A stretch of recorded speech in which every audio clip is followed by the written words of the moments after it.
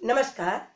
मैं कुसुमलता उप्रेती आज आपको कक्षा 8 के आमोदनी जो कि साहित्य की पुस्तक है उसका पाठ 20 अगर नाक न होती जो कि व्यंग्यात्मक लेख है जिसके लेखक गोपाल बाबू शर्मा जी हैं पढ़ाने जा रही हूँ।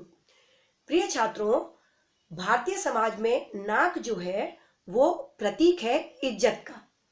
और जैसा कि हम सभी जानते हैं कि यदि कोई लेखक अपनी भाषा में अगर मुहावरे, लोकोक्तियां इनका प्रयोग करता है तो भाषा जो है वो बड़ी लच्छेदार, घुमावदार और बहुत ही अच्छी लगने लगती है। किसको? श्रोता को या पाठक को।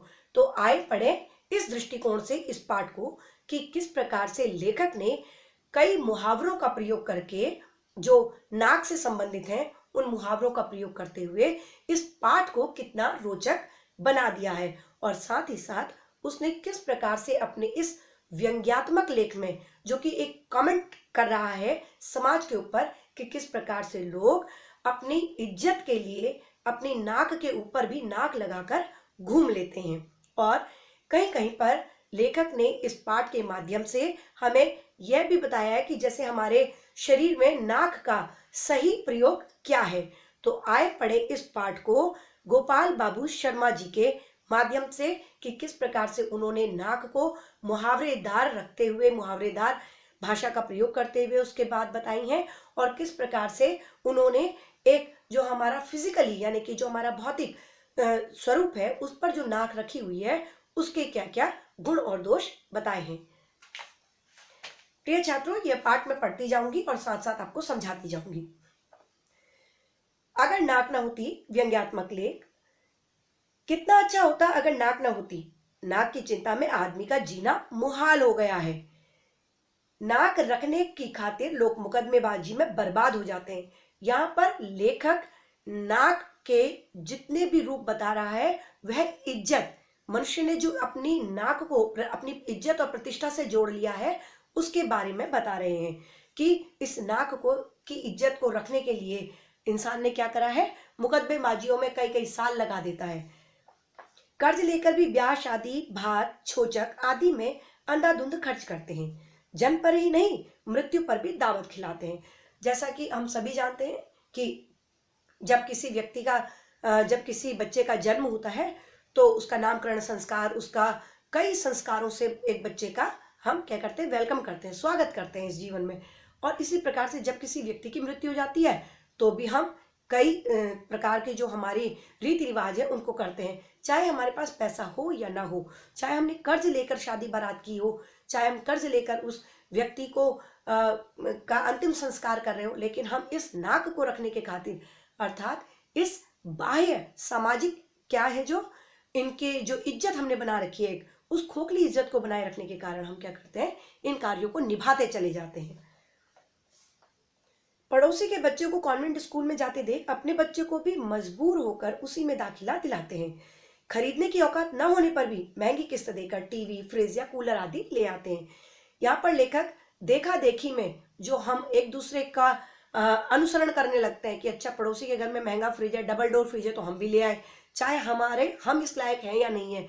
या कई बार ऐसा देखा गया कि पहाड़ में रहने वाले व्यक्ति भी क्या करते हैं, वहां फ्रिज खरीद के ला रहे हैं, जबकि वहां का भौगोलिक या प्राकृतिक जो एनवायरनमेंट है या प्राकृतिक जो भगवान ने ही वहां की जो प्रकृति बनाई है वो इस तरीके की बनाई है कि वहां ठंडा रहता है, लेकिन फिर भी देखा देखी में आदमी फ्रिज खरीद के ला रहा है, टीवी खरीद के लाता है। और जहाँ यहाँ पर लेखक बता रहे हैं कि पड़ोसी का स्कूल अगर बच्चा अगर अच्छे स्कूल में जा रहा है तो दूसरा पड़ोसी भी अपने बच्चे को उसी कॉन्वेंट स्कूल में डालने की कोशिश करता है।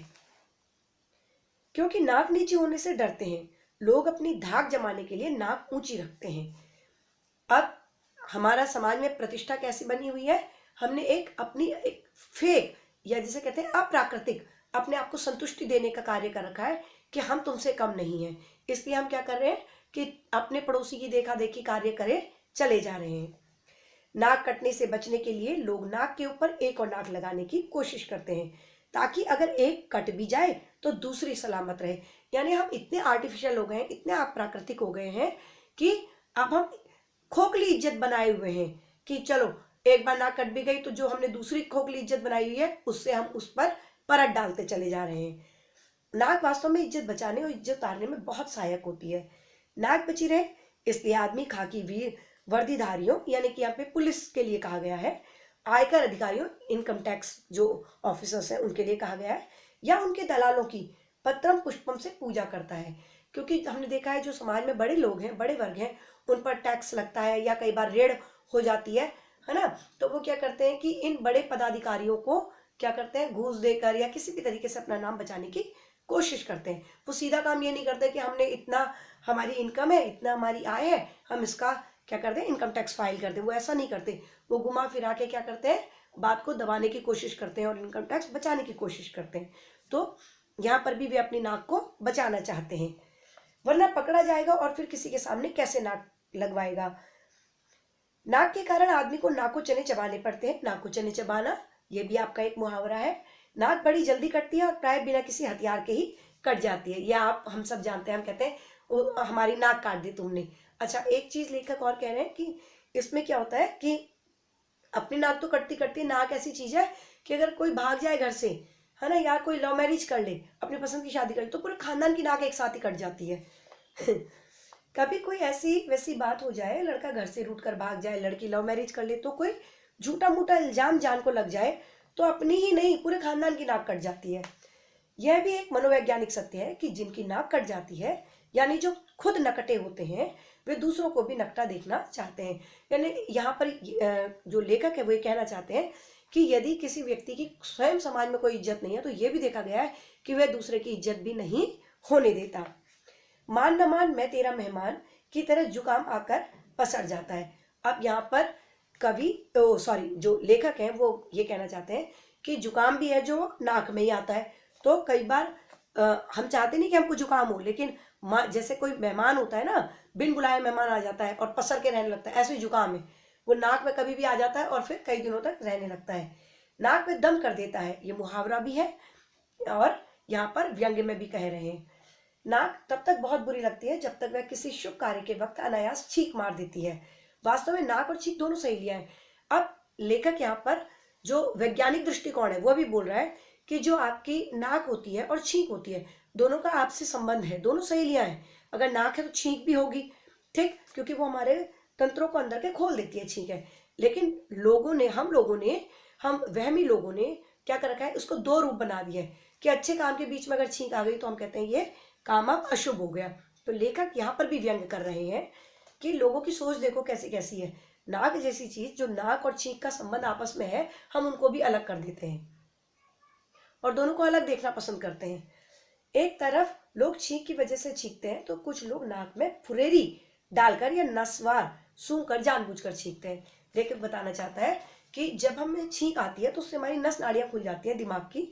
तो कई लोगों को तो छींक आती है, वो लाते हैं छींक है, और कई लोग कुछ सूंघ सूंघ के भी छींक को लाना पसंद करते हैं।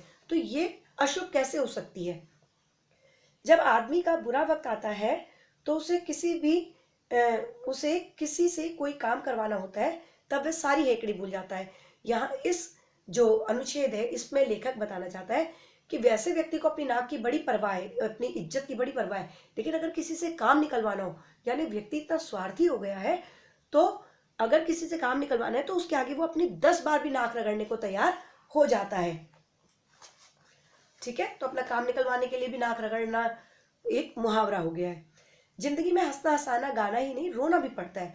अब यहाँ पर लेखक फिर बताना चाहते हैं कि इसका जो साइंटिफिक रीजन है, यानी वैज्ञानिक कारण है कि जब हम हंसते हैं, खूब हंसते हैं, तो रोने का काम भी तो हम ही करते हैं। तो लेकिन जब हम रोते हैं तो आंखों के आंसू के साथ साथ नाक भी बहने लगती है। यहाँ पर अपने आप ही व्यंग्य में हास्य भी उत्पन्न हो गया है। देखें लेखक क्या कह रहे हैं। हंसने की बात छोड़िए, पर रोते समय आंखों में आंसू आते हैं तो नाक भी उनका साथ निभाती है। बहते आंसू को पोंछना कोई बुरी बात नहीं, लेकिन नाक पोंछने में तो रोने का सारा मजा ही किरकिरा हो जाता है। करुणा रस में बरबस विभत्स रस आ जाता है। करुणा रस होता है क्योंकि हम किसी इमोशनल होकर किसी बात पर रो रहे हैं और एकदम से क्या होता है, नाक भी टपकने लगे, सी सी करने लगे, तो एकदम से घृणा, विभत्स होता है घृणा आ जाना, तो वहां पर घृणा का रस भी अपने आप उत्पन्न हो जाता है। अच्छा, अब यहाँ पर लेखक कह रहे हैं कि जो औरतें होती हैं वो तो अगर चलो आंसू पोंछ रही है, नाक पोंछने का काम अपने साड़ी के पल्लू से कर लें, लेकिन उस वक्त वो आदमी क्या करे जिसने टाइट पैंट पहनी हुई है और पर वो घर से हैंकी यानी रुमाल रखना भी अपनी जेब में भूल गया है, तो अब उसके लिए बड़ी शर्म की बात हो गई कि वो नाक कैसे पोछे। ठीक है, गुस्सा भी लोगों की नाक पर रखा रहता है, गुस्सा नाक पर होना मुहावरा है। ठीक है, जिनको जल्दी जल्दी गुस्सा आ जाता है, उसे जरा कुछ कहा नहीं कि बिना किसी बात के नाक फुला लेते हैं। नाक में जितनी कमियां या बुराइयां हो उससे ज्यादा अच्छाइयां हैं, इसलिए जिनकी नाक नहीं होती वे भी नाक लगाते हैं, भले ही इस बात पर कोई दूसरा नाक बहुत सिकोड़े तो सिकोड़ता रहे। नाक रहना बहुत जरूरी है वैसे भी और चेहरे पर भी। अब यहाँ पर लेखक बता रहे हैं कि नाक अगर इज्जत है समाज में तो भी बहुत अच्छी बात है, और शरीर में भी नाक होनी बहुत जरूरी है। क्यों? भले ही इस बात पर कोई दूसरा नाक बहुत सिकोड़ता है तो सिकोड़े, नाक रहना बहुत जरूरी है। ठीक है, जिनकी क्यों बेटा? क्योंकि नाक चाहे आपकी सारस जैसी लंबी हो या चिलगोजे जैसी छोटी या चौथ जैसी चपटी, चौथ कहते हैं गाय भैंस का जो गोबर होता है थपेड़ा सा, उसको, चाहे वैसी हो, चाहे पकोड़े जैसी मोटी, लेकिन होनी जरूर चाहिए। जिसकी नाक ना हो उसकी सूरत देखना भी पसंद न करेंगे, बल्कि डरेगा इंसान। और ये ठीक वैसे ही जैसे कोई मकान अगर हम बनाए तो उसमें जो हम इस एक्स्ट्रा छज्जा जो निकालते हैं आगे की ओर जो छज्जा निकालते हैं तो उससे मकान की शोभा और बढ़ जाती है। इसी प्रकार से चेहरे के ऊपर ये नाक का भी कार्य होता है। नाक हो और सुंदर हो तो सोने पर सुहागा। अब यहाँ पर जो लेखक हैं वो बता रहे हैं कि किस तरीके से मध्यकाल के जो कवि थे उन्होंने नाक का वर्णन किया है, किससे तुलना की हुई है। ठीक है, तो नाक सुंदर होनी चाहिए। नक्षिक वर्णन, नक्षिक वर्णन होता है पैर के नाखून से लेके सिर की चोटी तक, ऊपर तक का वर्णन करना। इनमें नाक को बहुत महत्व दिया गया है। कब? जो मध्यकालीन जो काव्य लिखा गया, पोएट्रीज जो लिखी गई उनमें। ठीक है, और इसी कारण नाक को इतना सजाया भी गया। किन किन चीजों से सजाया जाता है? हीरे से, मोती से, हीरे मोती जड़ी नथें जो होती है, नथ या लौंग डाल के, बुलांक कहते हैं उत्तराखंड की साइड को, जो नाक के बीच में डाला जाता है उसको बुलांक कहते हैं। तो ये बुलांक बुलांक भी सब एक छोटी सी नाक को सजाने के लिए चीजें इस्तेमाल की गई हैं, और मध्यकाल में इसे अलग अलग उपमाएं दी गई हैं। अब कवि यहाँ पे कहते हैं, सॉरी लेखक, भाई बार बार मेरे मुंह से कवि निकल रहा है, सॉरी, लेखक यहाँ पे कहते हैं कि अब बहुत सी उपमाएं भी दी गई हैं कि ये किसके जैसी होनी चाहिए। नाक को चंपा की कली, तिल के सुगंधित फूल और तलवार की धार से बढ़कर बताया गया है। पर वो कह रहा है ये तो सब ठीक है, लेकिन लेखक कह रहा है मुझे ये बात समझ में नहीं आती कि कवियों ने इसे जो तोते की चोंच है उससे क्यों तुलना करी। ये तो ऐसे हो गए, अगर हम किसी सुंदर को देखें और कहें कि इसकी नाक तोते की चोंच जैसी है तो ये तो ऐसा लगेगा जैसे दीवार पे कोई उल्टा करके खूंटा लटका रखा हो जिसमें हमें कपड़े लटकाने। तो यहाँ पर वो हंस रहा है इस बात पर कवि। ठीक है, उपन्यास कहानियों में सुंदर नाक को सुतवा नाक कहा जाता है। सुतवा होती है लंबी पतली प्यारी नाक। ऊंची और दीर्घ नाक की तुलना कुल्हाड़ी से की गई है। ठीक है, और ऐसे ही सुकोमल नासिका जो प्यारी सी हो, छोटी सी हो, उसे भेड़ की सी नाक कहा गया है। अच्छा, इस प्रकार से आप जो लेखक है वो बता रहे हैं कि हमारे हाथ पांव वगैरह सब बहुत महत्वपूर्ण है, सबके ऊपर बहुत कुछ लिखा गया, लेकिन जितना नाक के ऊपर बात होती है उतना किसी और अंग के ऊपर नहीं होती।